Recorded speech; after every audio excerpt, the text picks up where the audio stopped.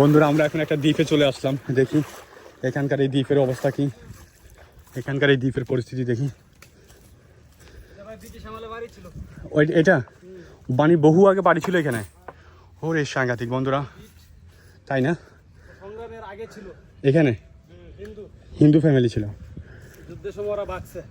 আচ্ছা।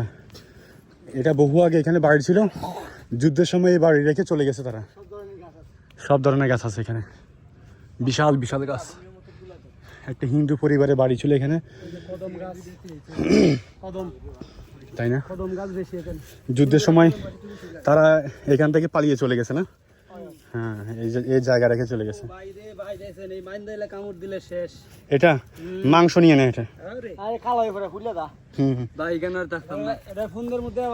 কি?